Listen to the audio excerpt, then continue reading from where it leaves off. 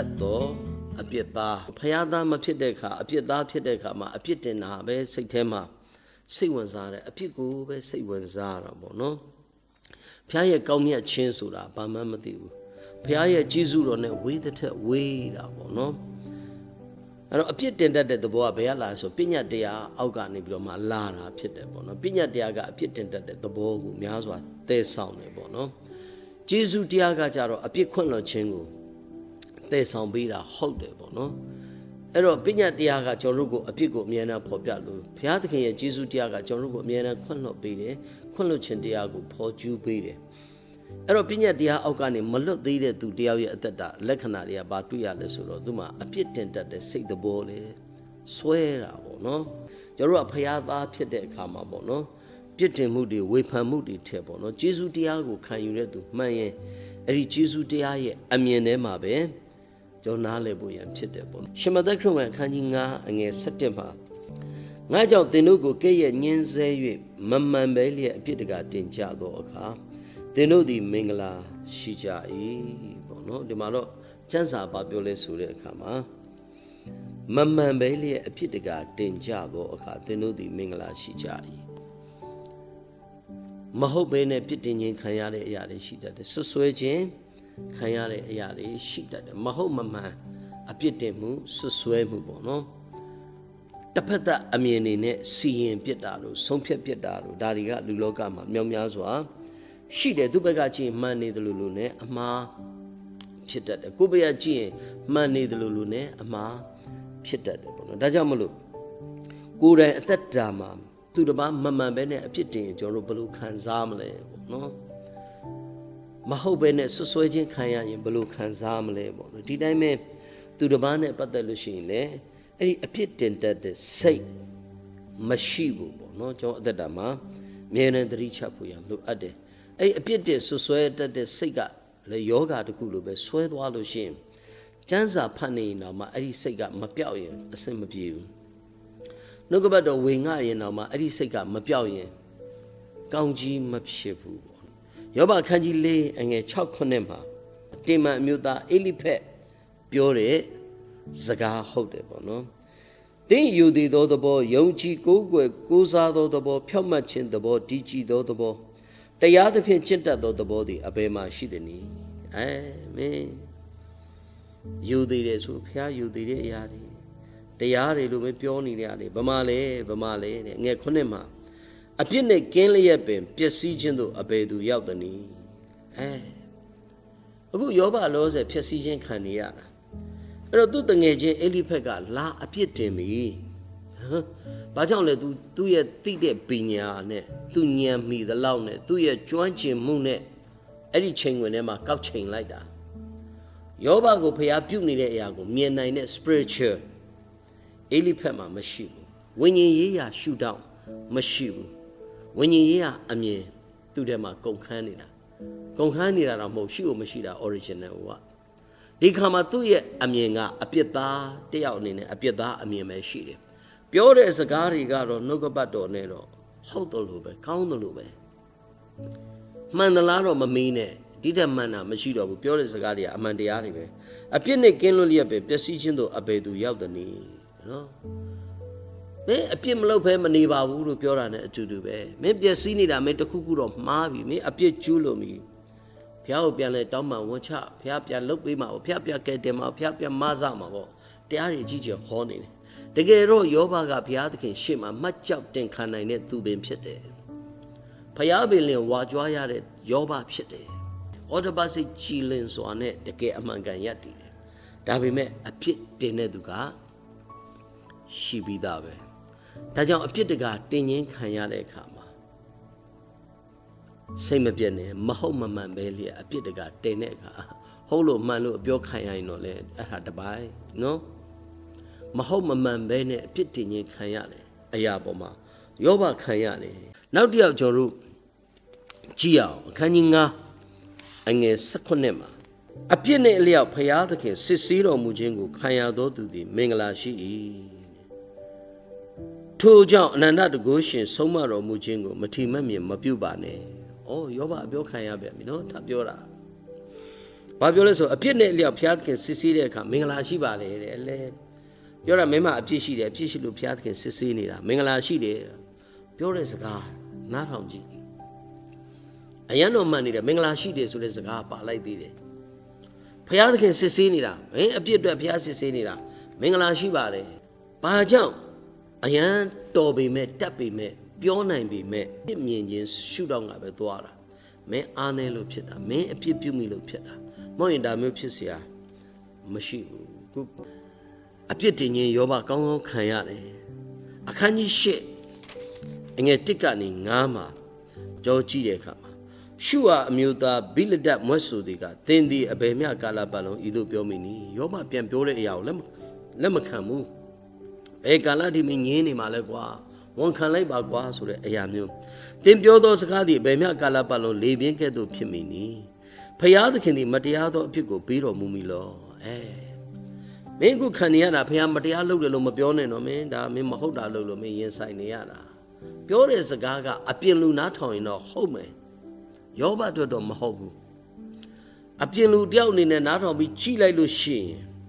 ဘိလဒတ်ပြောတဲ့စကားဟုတ်နေတာပဲဟုတ်တာပဲနော်ဖျားတရားတဲ့ဖျားဖြစ်တယ်နော်ဖျားမတရားသဖြင့်ဘရောမှမပြုဘူးဒါကြောင့်မင်းခံနေရတဲ့အရာတွေကမင်းအပြစ်ရှိလို့ဖျားမတရားပြုတယ်လို့မပြောနဲ့ဖျားဘက်ကရက်တည်ပြီးပြောနေတာဒါမဲ့မှန်လားမမှန်ဘူးမှားနေတယ်ဘူးဒါမဲ့ तू ကတော့ပါဆိုပညာရှိစကားပြောနေတာ तू ပြောတဲ့စကားကိုကြားလိုက်တဲ့ तू ကလည်းညင်းလို့မရနိုင်ဘူးဖြောက်မှတ်တော်မူသောဖျားဖြစ်တယ်ဖျားမတရားမလုပ်ဘူးနော်ပြောတဲ့စကားမှန်ပေမဲ့ယောဘအသက်တာနဲ့မကိုက်ဘူးဒီသားသမီးတို့သည်ဖျားသခင်ကိုပြစ်မှားသောကြောင့်ပြစ်မှားစဉ်တွင်သူတို့ကိုတုတ်တင်ပယ်ရှင်းတော်မူတော်လေဟာတောက်တဆင့်တချို့ကကိုယ်ပြောရင်ခံတယ်သားသမီးပြောရင်မခံနိုင်ဘူးနော်ခလေးတွေဆိုတာခဏရံဖြစ်ပြီးတော့ကြပခုံးဖက်ကစားတဲ့အမျိုးသူငယ်စိတ်ကဒါမျိုးအပြစ်မချီနှောင်တတ်ဘူးဒါပေမဲ့နောက်ကအမေရိကပါလိုက်တော့မလူလားအပ်တဲ့အရာတွေဖြစ်ကုန်တယ်ယောဘကိုအပြစ်ကြောင့်ဖြစ်တယ်လို့မပြောနဲ့မင်းသားသမီးတွေတော့မှအပြစ်လုပ်လို့ဟိုမှာမုံတိုင်းရတခါတည်းတိုက်ခတ်အိမ်ပြိုပြီးတော့မှအကုန်လုံးသေသွားတယ်ဟာဘုရားကတရားသဖြင့်စီရင်တယ်အမှန်တကယ်တော့ဒီအရာတွေအတွက်စုံစမ်းခြင်းကိုဘုရားကအခွင့်ပေးလိုက်တာလုံနေတာဘုရားမဟုတ်ဘူးစာရမဏလုံနေတာဘာကြောင့်လဲဆိုတော့သူ့ရဲ့ရှုထောင့်သူ့ရဲ့အမြင်ကအပြစ်စီရင်မှုအမြင်နဲ့မရှိတယ်သူ့ရဲ့တိတ်တက်ကျွမ်းကျင်ထားတဲ့လမ်းကြောင်းနဲ့သူလျှောက်လာခဲ့တဲ့လမ်းကြောင်းကပြောတဲ့စကားတွေကိုကြည့်အမတန်ကောင်းတယ်ဖျားနဲ့ပတ်သက်ရင်လုံးဝတော်တော်လေးသိထားတယ်ဖျားဘက်မှာတရားရာခိုင်နှုန်းရက်တည်ထားတယ်ဒါပေမဲ့တကယ်တမ်းတော့သူ့ရဲ့အမြင်ကမှားနေတယ်ယောဘသူ့ကြောင့်သူသိတယ်သူဘာမှအပြစ်မကျူးလွန်ထားဘူးမှားယွင်းခြင်းမရှိဘူးပြဿနာသူကအပြစ်ပြုတာမဟုတ်ဘူးဆွဆွဲတဲ့သူရဲ့အမှားဖြစ်နေတယ်အပြစ်မြင်တတ်တဲ့မျက်လုံးပေါ်မှာစကလုံးဘလောက်လှလှတွေသုံးမိမယ်ယောဘအသက်တာအတွက်အကျုံးမဝင်ဘူးတမာတရားဖြစ်မလာဘူးခွန်အားဖြစ်ဖို့ကဝေးသွားတယ်ဂျေဇုတရားနဲ့ဘာမှမဆိုင်တော့ဘူးဒါကစီရင်ခြင်းတရားထဲမှာလာတယ်ဘုရားဘက်မှာမရတည်တာမဟုတ်ဘူးနော်ဘုရားဘက်မှာရတည်ပြီးတော့မှသူကဝိုင်းပြီးတော့မှစီရင်နေတာဘုရားဘာလုပ်လဲဆိုတာမြင်မှမမြင်တာယောဘ7အငယ်1မှာနေမအမျိုးသားဇောဖာမွတ်ဆိုသည်ကနောက်ထပ်တငယ်ချင်းတယောက်ဇောဖာတဲ့လာပြန်ပြီပေါ့နော်စကားများ၍အကျိုးရှိသည်မဟုတ်စကားများမနေနဲ့ယောဘပြောပြီးနှုတ်သီးကောင်းသောသူသည်အပြစ်နဲ့လွတ်ရမည်လို့ယောဘကလာပြောတယ်မင်းကလာအပြောကောင်းနေတယ်မင်းအပြောကောင်းလို့အပြစ်ကမလွတ်ဘူးနော်ယောဘအပြောကောင်းနေတာမဟုတ်ဘူးတမန်တရားပြောနေတာဒါမဲ့နေမအမျိုးသားကအပြင်ရဲ့အမြင်ပေါ့နော်ဝိညာဉ်ရေးရာမပါတဲ့အမြင်ဒါမဲ့ကျမ်းစာသိလားတတ်လားကောင်းတတ်တယ်နော်ကောင်းကောင်းလေးကိုသူဒီမှာပြောနေတဲ့စကားတွေနားထောင်ကြည့်လိုက်လုံးဝ good share တကယ်ပညာရှိကြီးတွေတကယ်စာပေတက်ကျွမ်းတဲ့သူတွေနော်ဖះတော်မှာလာမထိနဲ့တည်သွားမယ်ဆိုတဲ့ပုံစံမျိုးဖះလာအပြစ်မပြောနဲ့ငါတပ်ပလိုက်မယ်ဆိုတဲ့ပုံစံမျိုးတွေဖះဘက်မှာအကြီးကျယ်ရက်တည်နေတယ်လို့ကိုထင်တဲ့ပုံကိုယ်တွေဒါပေမဲ့ဖះဘာလုပ်နေလဲဆိုတာကြာမသိဘူးဘာကြောင့်လဲသခင်ဖះ၌ရှိတဲ့စိတ်တော်အထဲမှာမရှိဘူးဒီခါမှာပြစ်တင်ခြင်းမဲ့လာတယ်နှုတ်သီးကောင်းရုံနဲ့အပြစ်ကနေလွတ်မယ်လို့မထင်နဲ့အပြစ်ကနေမင်းမလွတ်ဘူးလေမင်းအပြစ်ပြုထားတယ်အပြစ်နှောင်သားရဖះတရားတဲ့ဖះ ဖះဖြောင့်မတ်တဲ့ဖះမထီမဲ့မြင်ပြုခြင်းကိုခံတဲ့ဖះပြောတဲ့စကားတွေက good share ဒါမဲ့အပြောခံနေရတဲ့ယောဘရဲ့အသက်တာကတော့လုံးဝဆန့်ကျင်ဘက်ဖြစ်နေတယ်ဆိုတာကိုနားလည်ရတယ်ဒါကြောင့်မလို့ဘလောက်ပဲသိသိဘလောက်ပဲတက်ဖះသားမဖြစ်ရင်အမြင်မမှန်ဘူးဂျေဇုတရားရဲ့ရောက်မလာပညာတရားအောက်မှာပဲနေနေတဲ့သူတယောက်ကအပြစ်တင်ခြင်းပဲပြုတတ်တယ်ဂျေဇုတရားကိုကောင်းကောင်းလေးနားလေသဘောပေါက်သွားရင်တချို့ကနားလေတယ်လို့ထင်တယ်သဘောပေါက်တယ်လို့ထင်တယ်တကယ်နားမလေလားနားလေလားဆိုတာနှုတ်ကထွက်တဲ့စကားကအဖြေဖြစ်တယ်ပေါ့နော်ပြစ်တင်ခြင်းဝေဖန်ခြင်းဆိုတဲ့အရာကဂျေဇုတရားကိုနားမလေခြင်းဖြစ်တယ်ဖွင့်လို့ပြီးတော့မှတိဆောက်ပြီးတဲ့အရာကဂျေဇုတရားကိုနားလေသဘောပေါက်ခြင်းဖြစ်တယ်အပြစ်နဲ့ကင်းစင်တဲ့သူကိုပဲလေအပြစ်တွေအကြီးကျယ်တင်ပြီးတော့မှနော်သူ့ချိန်ဝင်တဲ့သူလောက်တာပေါ့နော်ဒီအရာပေါ်မှာတော်တော်လေးအခြေအနေဆိုးတယ်ပေါ့နော်သခင်ယေရှုခရစ်တော်လူလောကမှာလာတဲ့အခါမှာပဲလေမျက်စိမမြင်တဲ့သူတယောက်နဲ့ပတ်သက်ပြီးလူတွေရဲ့အမြင်ကြောတစ်ချက်ကြည့်ရအောင်ပေါ့နော်နောက်ဆုံးတစ်ချက်ရှောခရစ်ဝင်အခန်းကြီး9ထဲမှာပေါ့နော်ငယ်1ကနေကျော်3လောက်ထိဖတ်သွားပါမယ်လမ်း၌သွားတော်မူစဉ်အမိဝမ်းတွင်ကပင်မျက်စိကန်းသောသူတယောက်ကိုတွေ့မြင်တော်မူ၏တပည့်တော်တို့ကအရှင်ဖျားဤသူသည်အဘယ်သူ၏အပြစ်ကြောင့်မျက်စိကန်းသနည်းကိုအပြစ်ကြောင့်ကန်းသလောမိဘအပြစ်ကြောင့်ကန်းသလောဟုလျှောက်ကြ၏အပြစ်သားတယောက်ရဲ့သဘော